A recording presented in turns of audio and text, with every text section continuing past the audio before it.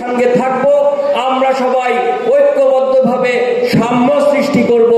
আমরা আগামী দিনে কালিহাতীতে আমরা একটি সুষ্ঠু সমাজ ব্যবস্থা প্রতিষ্ঠা করতে চাই। সুস্থ সমাজ ব্যবস্থা আমরা যদি প্রতিষ্ঠিত করতে চাই তাহলে আমাদের কি করতে হবে? সুস্থ সমাজ ব্যবস্থা আমরা যদি প্রতিষ্ঠিত করতে চাই সর্বপ্রথম আমাদেরকে সুষ্ঠু রাজনীতি প্রতিষ্ঠা করতে হবে। কারণ রাজনীতির বাইরে কোনো কিছুই না। সমাজ ব্যবস্থা বলেন, অর্থনীতি বলেন, শিক্ষানীতি বলেন, আপনারা এমনকি ধর্মীয় ব্যবস্থাপনা বলেন, সকল কিছুই একটা রাষ্ট্রের রাজনীতির অন্তর্ভুক্ত, রাজনীতির অধীনস্থ।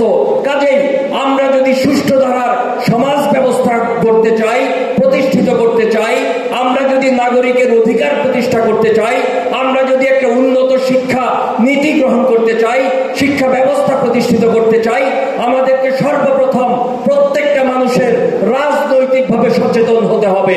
কালিহাতীতে বাংলাদেশে সুষ্ঠু রাজনীতি আছে কিনা, সুষ্ঠু রাজনীতি প্রতিষ্ঠা করতে হবে। ভেদাভেদ ভুলে, আমরা অনৈক্য ভুলে, আমরা সন্ত্রাস মুক্ত, আমরা একটা সুষ্ঠু ধারার রাজনীতি প্রতিষ্ঠা করার জন্য আমাদেরকে ঐক্যবদ্ধ হতে হবে। আমরা কোনো দুর্নীতিবাজ, আমরা কোনো চাঁদাবাজ, আমরা কোনো দখলবাজের রাজনীতি কালিহাতীতে গ্রহণ করব না। আমরা কোনো সন্ত্রাসী আমরা কালিহাতীতে গ্রহণ করব না। সাধারণ মানুষ কোনো সন্ত্রাসীদেরকে পছন্দ করে না। আমরা সন্ত্রাস মুক্ত একটি গণতান্ত্রিক রাজনৈতিক ব্যবস্থা কালিহাতীতে যাতে প্রতিষ্ঠা হয় সেই দিকেও প্রত্যেকটা শিক্ষার্থী, প্রত্যেকটা শিক্ষক, প্রত্যেকটা অভিভাবক, প্রত্যেকটা মানুষের এটা একটা দায়িত্ব। কারণ কোন মানুষ, কোন নাগরিক রাজনীতির বাইরে না।